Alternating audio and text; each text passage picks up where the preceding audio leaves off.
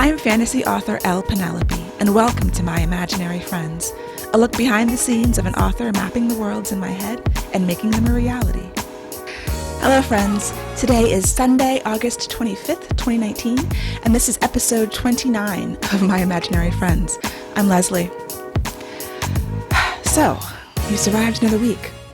My husband will get that reference if he's listening. There's some podcasts that he listens to that starts that way, and I can't even know, I don't know the name of it, and I wouldn't recommend it if I did, but we've survived another week is how I feel right now.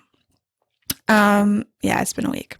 So this week's best thing is my writer community, my friends, specifically my Mastermind, which really helped me this week and helped me start digging out of a hole that I've been in, and just to have people who are there and can sort of understand what you're going through and know you well enough to know your kind of quirks and specific things too, and then kind of talk you off ledges. So that is super helpful. And so my homies, Cerece, Rennie Murphy, and Nikisha, aka Ines Johnson.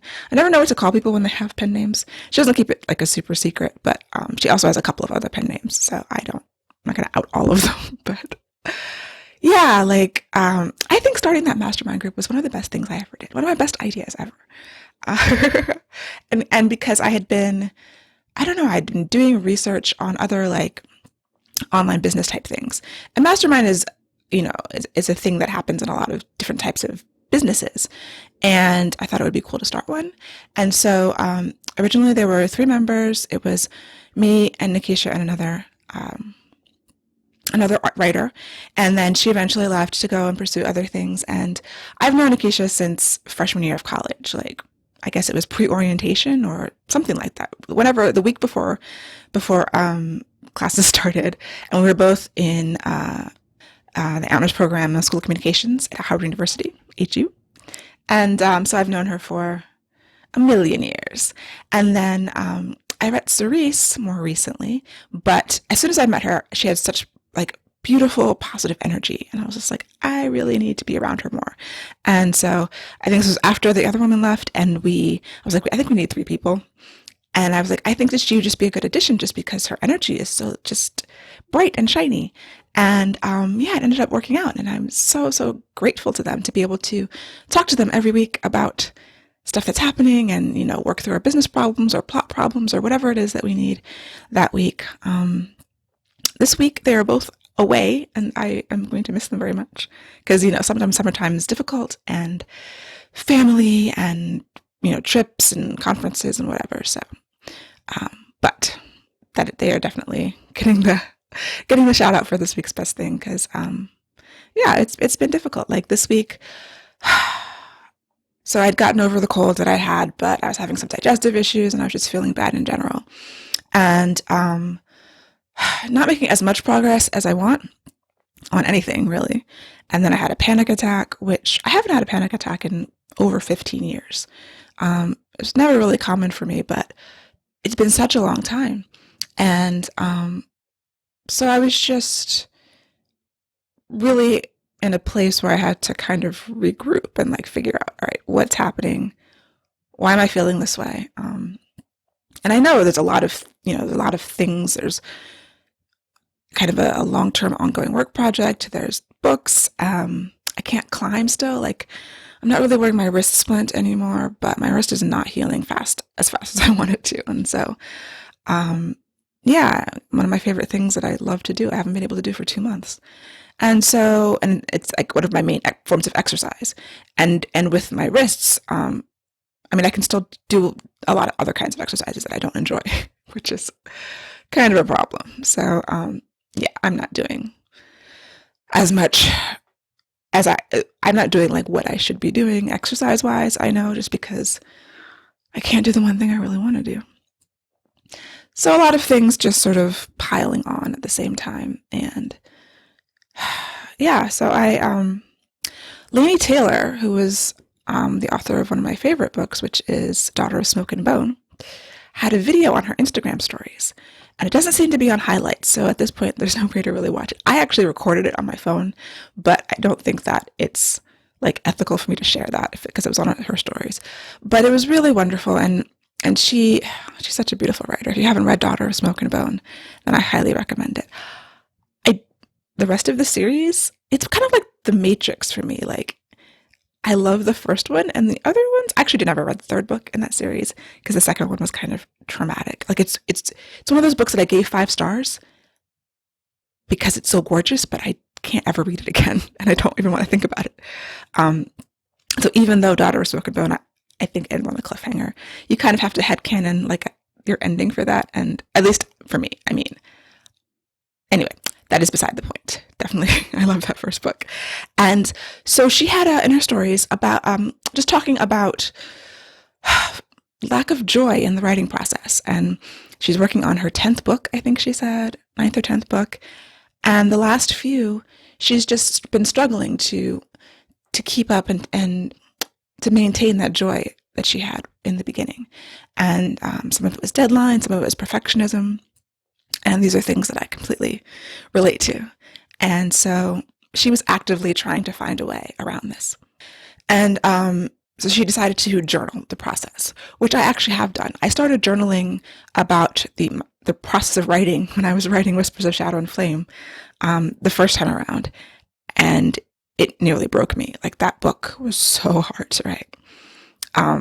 Maybe I should just go back and read those journals, because I was like, if I can document this process, then maybe I can figure my way through it. And eventually I did. But, so yeah, journaling and also trying to find quotations and inspiration in other places. And she mentioned Elizabeth Gilbert's Big Magic, which I have an audiobook. I started to listen to it. It had a lot of good stuff in it. I just never got around to finishing it. And also Ray Bradbury's Zen and the Art of Writing, which I don't think I have. I have another Ray Bradbury book on writing that I haven't actually read yet. What are these books behind me?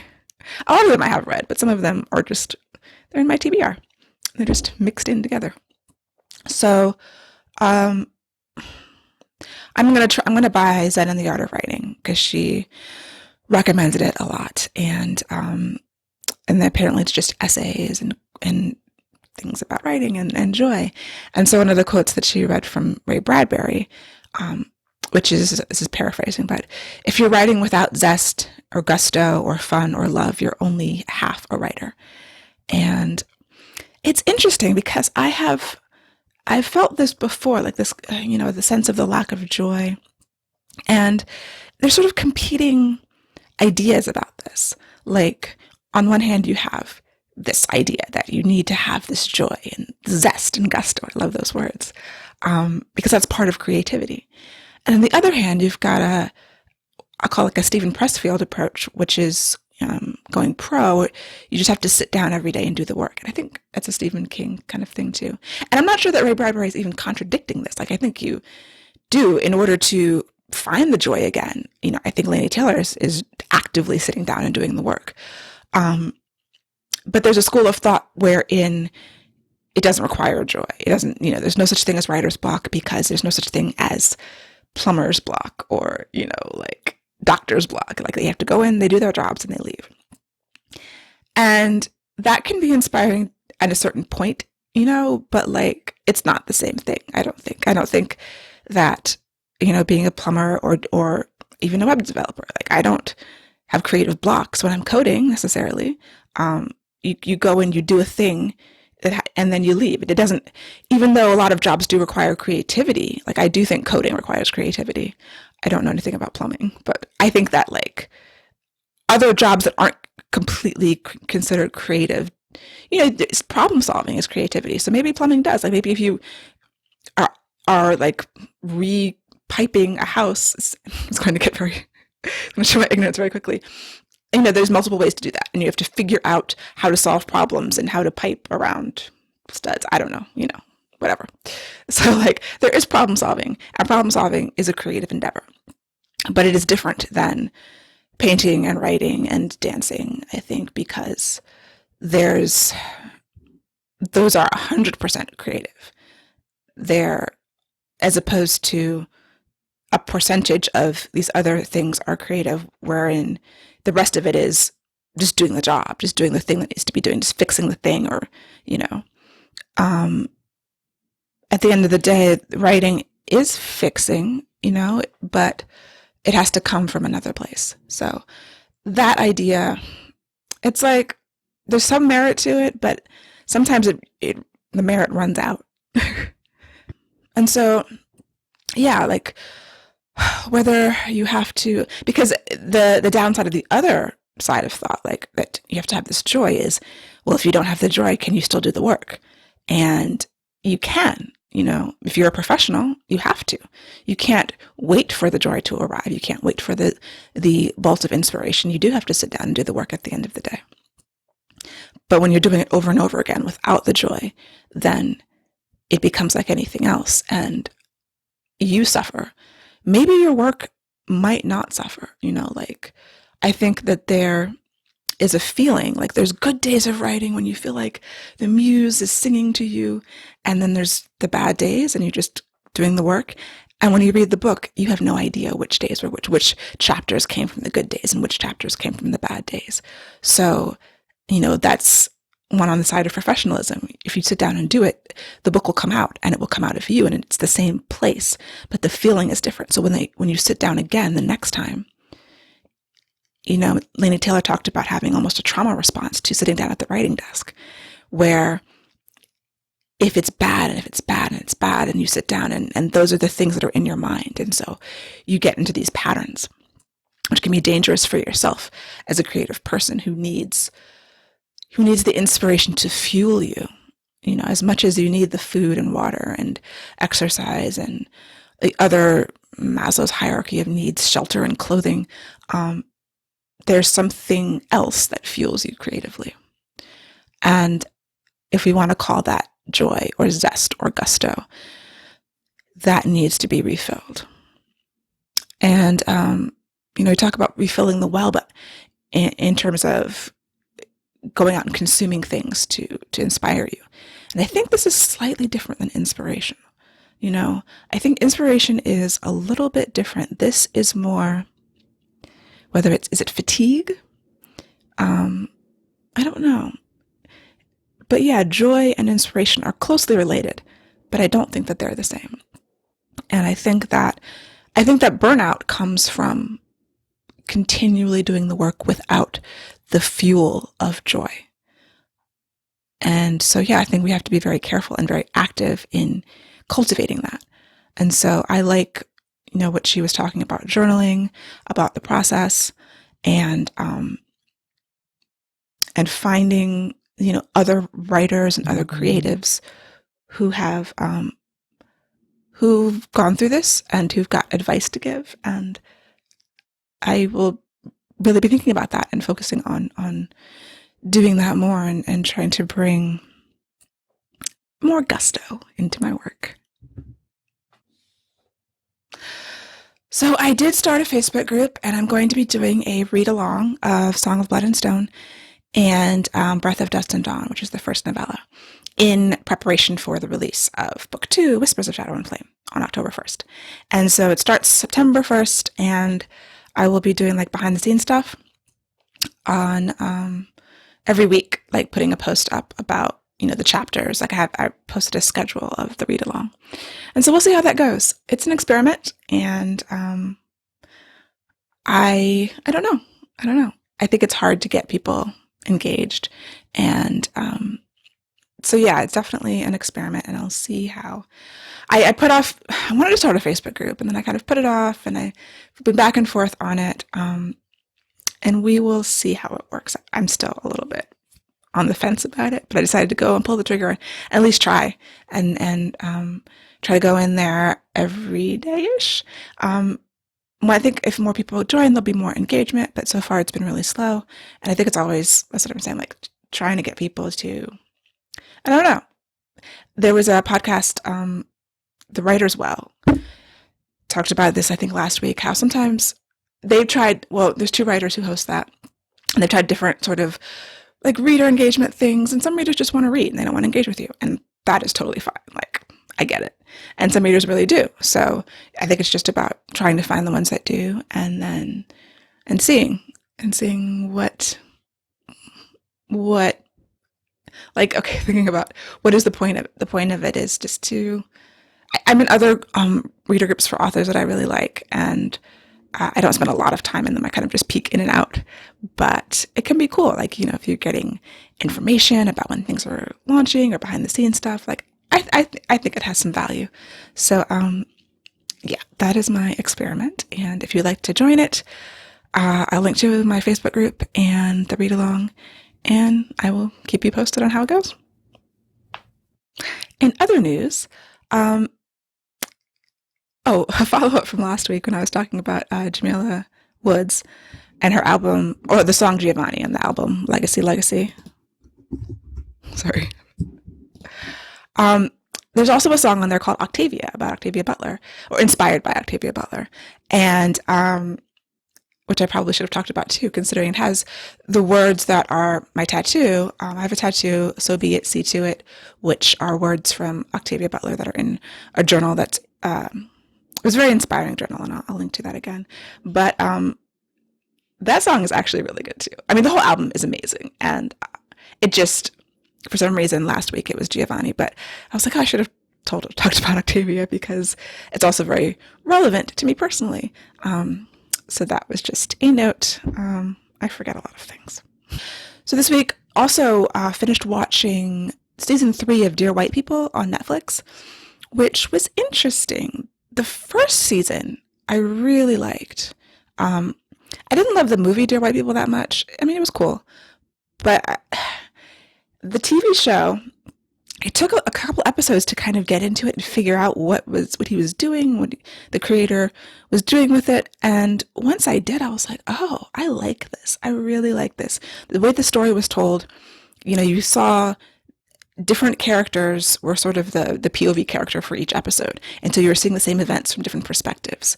And it was really nicely done. And he has a unique, clear visual style, sort of like Wes Anderson, not quite as like polarizing necessarily, or as specific as Wes Anderson. I love Wes Anderson, but yeah, just like a specific visual style and an aesthetic, and I really liked it. Season 2, okay, no, I was like, all right.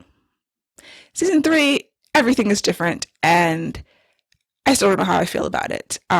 He changed it purposefully and like mindfully, but I'm interested to see if they're going to get a season 4. At the end of the day, I think it's still worth watching. I highly recommend season 1, and then I think you'll want to continue with these characters for 2 and 3. But yeah, 3 is interesting. Oh, and I had the Popeyes fried chicken sandwich that everyone is talking about. So my husband went on his day off to Popeyes, and he calls me. He was like, "Okay, It made it sound like he had the sandwiches, and then like 40 minutes later, I was like, "Did you get them?" And he was like, "Oh no, I've been in line." I was like, "Oh, he just pulled up when he called me the first time." So yes, got the chicken sandwich. He got the spicy one. I got the non-spicy because I don't really do spicy. And yeah, it's a good sandwich. It's a quality sandwich. I don't think I've actually ever had the Chick-fil-A chicken sandwich to compare it to.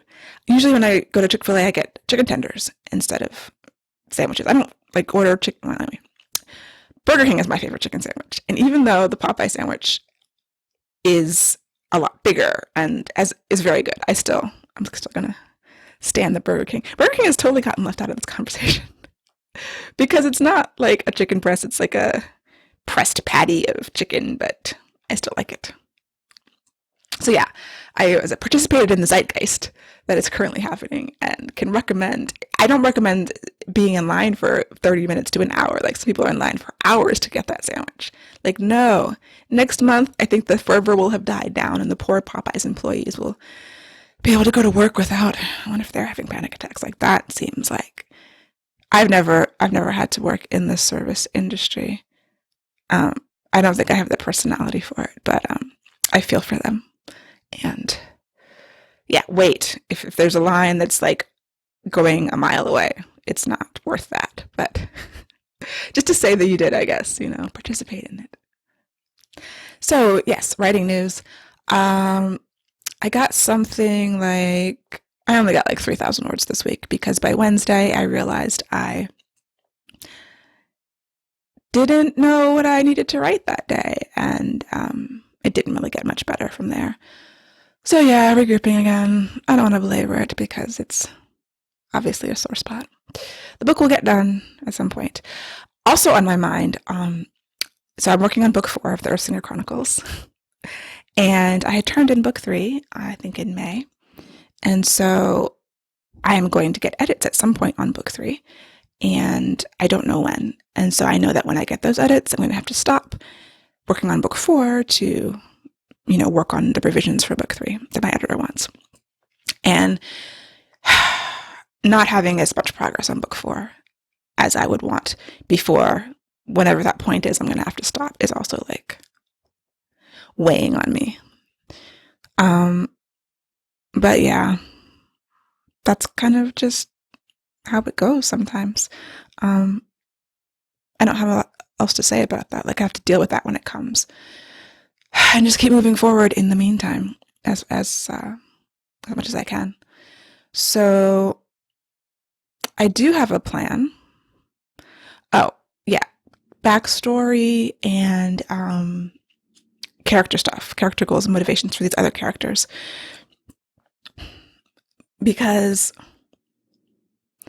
I have to dig deeper on everyone, and it's just a lot of characters, and it's a lot of threads, and a lot of things happening that I have to know. And I feel like I was trying to write with what I knew, and then I don't know what I was trying to do. I should go back and listen to what I was trying to do. This is why I'm recording it on this podcast. But whatever it wasn't quite working. Like, I thought I knew enough to at least move forward. And in the past, I think I would have known enough to move forward. But for this, for whatever reason, because this is the end and because there are a lot more threads that I have to weave, I think I do just have to have a much more detailed plan. Instead of, a normal 7-10 page outline, I might need a longer one. I might need a Dorinda Jones style outline before I'm able to wrap my head around everything and feel confident that I know enough to proceed. So that's what I'm going to be focusing on, and not so much the words, because writing the words, at least for this book, is not, I don't think it's going to be the problem. It's never really the problem. But what happens and detailing how everything fits together is sort of the stage where I'm stuck at now. And not even stuck, but it's just, because I don't think I'm stuck. I think when I sit down and think about it and work it out, I get it. I just was trying to write before doing that, and that was not the best idea. Also, I finished the entire A Court of Thorn and Roses series. I had a lukewarm reaction to the first book, but I ended up really liking the second and third ones. And yeah, I just binge read them all. I was sobbing through everything. It was super emotional. Like, she really pulls those emotional strings. And then also there's a novella at the end that kind of bridges into, I guess, what are going to be the spin-off novels or the continuation of the series, however that's going to happen. But yeah, I ended up enjoying it. I might do a spoiler thing at the end of this, because I feel like I have something to say about it. And I think we are at the end. So, all right, if you don't want any spoilers for A Court of Thorn and Roses entire series, then sign off now and you will save yourself. And have a wonderful week, and I'll talk to you next week. If you don't mind spoilers, then here are my thoughts. So, the first book, it's kind of a Beauty and the Beast story, and you're thinking it's going to be the normal thing that you've read before. Our heroine, Farah, is taken to the land of the Fae by Tamlin, who's a High Lord of the Spring Court. And we have a Beauty and the Beast story, and she falls in love with him, and she sacrifices everything, like kind of her soul almost, in order to save him. She has to kill innocents, and she just goes through a lot. And they end up together, and then all through you've got this third character of Rhysand, who is ostensibly a bad guy, but everything he does is kind of good, and he's the foil of Tamlin. And in book 2, you see the trauma, that like literal PTSD that Farah and Tamlin have gone through with this whole experience. And then he ends up being, I guess, emotionally abusive. I'm not sure. Some kind of abusive, where he's so afraid of losing her again, and so concerned about her safety that he ends up locking her in the house, essentially, like kind of making her a prisoner. But they have terrible communication, and they're both suffering from PTSD, and they're not talking to each other about it or supporting each other really through it. And he's, jerkish. So, Reese comes and swoops in and takes her away, and then they find out that they're truly mates, and in order to get her back from him, because Tamlin still believes Reese is the bad guy, he allies with the enemy, but secretly was always going to work against the enemy. I mean, there's so many, twists and turns and changing alliances, and you don't know a lot of people. You think they're with this person, and they're really working for the good guys. And, I mean, it was all a lot more action and very, kept me very interested in these characters. But, that kind of bait and switch, I appreciated that she was trying to tell the story of abusers and how it starts out looking good, but there's red flags, and then it turns, and the person you thought was the prince can really not be, but people are complicated. And the, just reading through reviews and hot takes, I don't know what you call them, about people who don't think Tamlin should have been villainized the way he was, and Reese isn't really that great, and all these just reactions from fans. She set out to tell a really complicated story, which is great, and she did. All of the characters, have to face the things that they did to survive and the things that they're willing to do. And amidst a fantasy, which is still a tale of good and evil, there are still a few characters who are completely bad. There's nobody that I can think of that is completely good. But, yeah. The bait and switch, though, I feel like you think you're going into a normal, fantasy romance story that is going to have a happy ending, and it's not what you expect, which just makes it really interesting. So yeah, I did end up enjoying it, even though it's not what I thought it was going to be, which is part of the appeal. And Sarah J. Maas has an amazing ability to just kind of reel you in and tug on those heartstrings and make things really, really bad. Nesta, I am too through with as of this novella. I don't understand. I get trauma and guilt, but she was ready to die for Cassian, and afterwards, yes, her father was killed in front of her, and that is horrific, but I don't get where she is now. I don't like it at all. I might not read the rest of them. I read the little, at the end of the novella, there's a, preview of the next book, and I never liked Nesta. I liked that she was fierce. I liked that you have this character who's just even as a mortal, so fierce and but I don't like her. And I like Cassian. And I don't want him to end up with her because I think she's awful. So, those are my thoughts. Those are my spoilery thoughts about A Court of Thorn and Roses. Don't at me. So thanks again, and I will talk to you later. Have a great week. Happy reading. For episode show notes and to learn more about me and my books, go to lpenelope.com. Subscribe to My Imaginary Friends wherever you get your podcasts, and check out the video episodes on YouTube. And please leave a rating and review to help support the show.